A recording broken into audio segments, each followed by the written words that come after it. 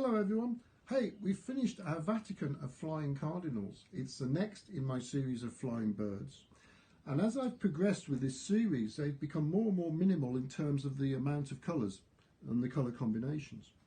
If we look at the colour wheel, the complementary of red is green, directly opposite on the wheel. But what we're doing is we're taking a fork in the road and going for what's called a split complementary. So this way of the green is the blue-green, turquoise of course, and this side is the yellow-green, which is what we're seeing in the beaks. And I love the split complementary. It always makes for an exciting solution. So there we are. I've written two verses to accompany this mosaic, and they're contradictory, as you will see. So let's start with this one. The priestly cardinal is forgiving in scarlet.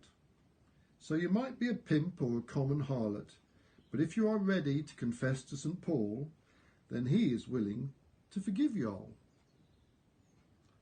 And the next one is a little lighter, shall we say, and it goes like this: a Vatican of Flying Cardinals. The cardinal is so named because of his scarlet.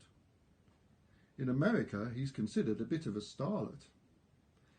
And if he can make it to Rome, it's his heartfelt hope that he might just catch a glimpse of the Pope.